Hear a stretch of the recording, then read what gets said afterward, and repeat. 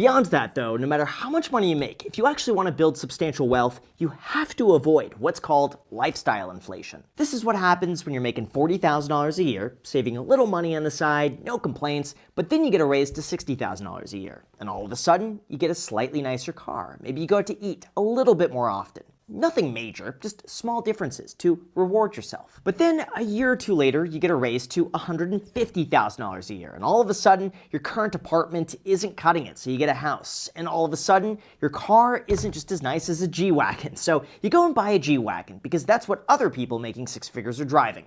You get where I'm going with this. I've seen so many situations where people are saving the same amount of money, making $200,000 a year, as the person who is making $50,000 a year, even though the other person's making 4 times more. And this is incredibly common. In fact, over half of people making $100,000 a year are living paycheck to paycheck, and a third of people making $200,000 a year can't save any money. So without going through their expenses line by line, my guess is that lifestyle inflation's to blame. Personally, I found that the only way to overcome this is that if you make more money, keep your expenses the exact same and invest the difference immediately. So that way, if you're making $40,000 and you get a raise to $60,000, nothing changes, except now you have an extra $20,000 to invest. This is not the time to spend the difference or reward yourself for working hard. This is the time to get your money invested so that way your money works for you and not the other way around. Or I guess you could just do what I do, work so much that you don't have any time to spend the money.